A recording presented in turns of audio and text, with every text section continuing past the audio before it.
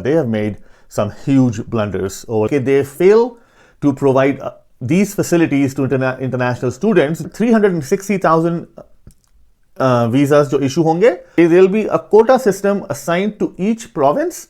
Hello friends, welcome back to Desi in Canada. एक बार फिर आपका दोस्त अहमद कुरैशी आपके साथ.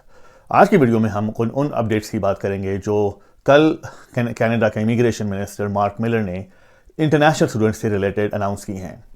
So what these updates are really telling us is Canada Immigration Minister or the Immigration Department of Canada, they have made some huge blunders over the last few years as far as international students, issuing of visas to international students, arranging education for international students, and anything related to international students are concerned. So Canada has made a big blunder. Now, yesterday what Mark Miller announced is basically trying to minimize the impact of those mistakes that the immigration team or the immigration department has made over the last few years. So अगर आप international student Canada आने का सोच रहे हैं या in the process of moving to Canada on international study visa, please watch this video. Please make sure you are updated on all the recent changes that has happened. I'll go one by one on all these changes, but please make sure you stay with me for this video till the very end because these are some life-changing updates that are going to impact you as international student coming from India, Pakistan, Europe, Nepal, Bangladesh, wherever you're coming from. As long as you're coming to Canada on international study visa, this video applies to you. Before we go on these updates, why is this happening? तो अभी आप recently news में देख रहे होंगे कि international students government office के बाहर सिन नंबर लेने के लिए लाइनअप्स में लगे हुए हैं और हज़ारों की क्वांटिटी में वेट टाइम चल रहे हैं. उनको टाइमली सर्विसेज नहीं मिल सक रही, उनको जॉब्स नहीं मिल सक रही, उनको हाउसिंग नहीं मिल सक रही. तो ये सारी चीज़ें जो हैं ये इंटरनेशनल स्टूडेंट पे तो मेजर बर्डन है. बट एज कैनेडियन गवर्नमेंट और एज कैनेडा ये इस मुल्क के ऊपर भी बहुत मेजर बर्डन है कि they fail to provide these facilities to international students जो उन्होंने प्रॉमिस की हुई हैं. Right, it's not one of those things कि आपने बोला कि अच्छा जी आ जाओ और then you take care of everything on your own.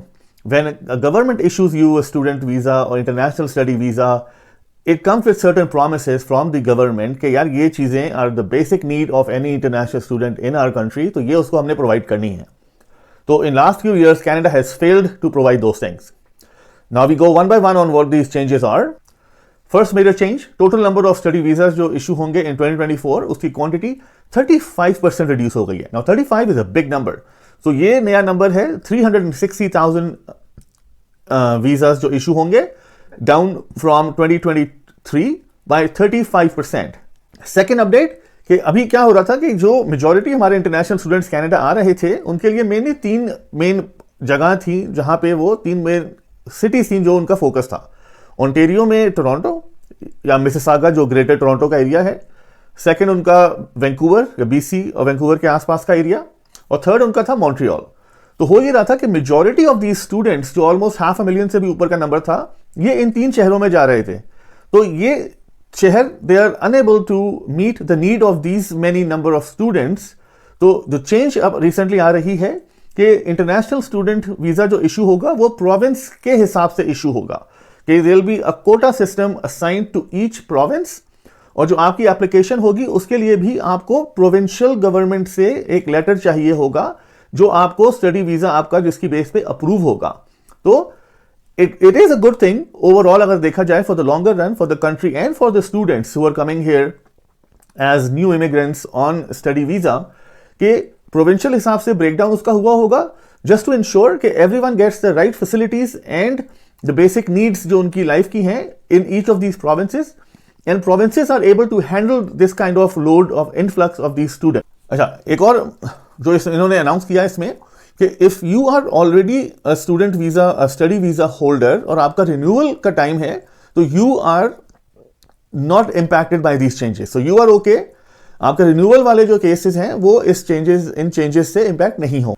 अच्छा, one more thing that they announce कि ये जो चेंजेस हैं ये 2 साल के लिए हैं. तो बेसिकली 2024 और 2025 के लिए you should expect the number to be significantly lower than the previous years, but there will be another assessment by the end of 2024 जिसपे ये 2025 के नंबर अनाउंस करेंगे. अभी वो नंबर अनाउंस नहीं हुए हैं, अभी ये बोला है कि this is a 2-year programme जो इसको हैंडल करेगी सिचुएशन को. There will be reassessment of number of student visas issued in 2025. ये 2024 के एंड में होगा. अनदर मेजर चेंज, कि जो वर्क परमिट इशू होगा, पोस्ट ग्रेजुएट वर्क परमिट, ये मास्टर्स और डॉक्टरेट वाले जो डिग्री के लिए यहाँ पे पढ़ रहे हैं उनको इशू होगा. जो सर्टिफिकेट कोर्सेज या डिप्लोमा कोर्सेज और इनके लिए कनाडा आते हैं उनको ये वर्क परमिट इशू नहीं होगा. और जो मास्टर्स और डॉक्टरेट को भी इशू होगा वो मैक्सिमम 3 साल का वर्क परमिट होगा. It could be lower based on the type of program you were in. Now ये जो मैं सर्टिफिकेट कोर्सेज और डिप्लोमा कोर्सेज इनकी बात कर रहा हूं, ये रहा है कि आपने देखा होगा कि बहुत यहाँ पे स्पेशली ओंटारियो और ब्रिटिश कोलंबिया में बहुत ऐसे कॉलेजेस बने हुए हैं जो 2-2 रूम वाले कॉलेज हैं. अपार्टमेंट्स में उन्होंने लेके कॉलेजेस बनाए हुए हैं. somehow they got affiliated with the big names जो यूनिवर्सिटीज के हैं, एंड इन्होंने कांटेक्ट किया हुआ है पीछे पाकिस्तान या इंडिया में एजेंट्स को. तो वो एजेंट्स वहां से स्टूडेंट्स को इन यूनिवर्सिटीज और इन छोटी छोटी यूनिवर्सिटीज के थ्रू स्टडी वीजा दे के कनाडा भेज रहे हैं. नाउ ये इतनी छोटी यूनिवर्सिटीज हैं जो फीस तो पूरी चार्ज करती हैं एक सेमेस्टर के 12-12 हज़ार, 15-15 हज़ार dollar, but they don't have the facilities to handle all the needs of these students.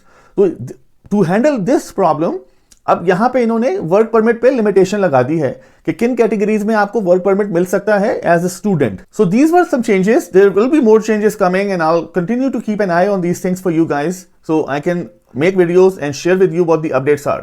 But again, if you are an international student planning to come to Canada, please stay up to date. Please subscribe to my channel. Make sure you know what's happening, what changes are coming, because these changes will impact you when you move to Canada.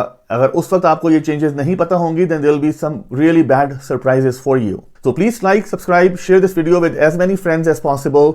I really appreciate your support, and I'll see you in my next video.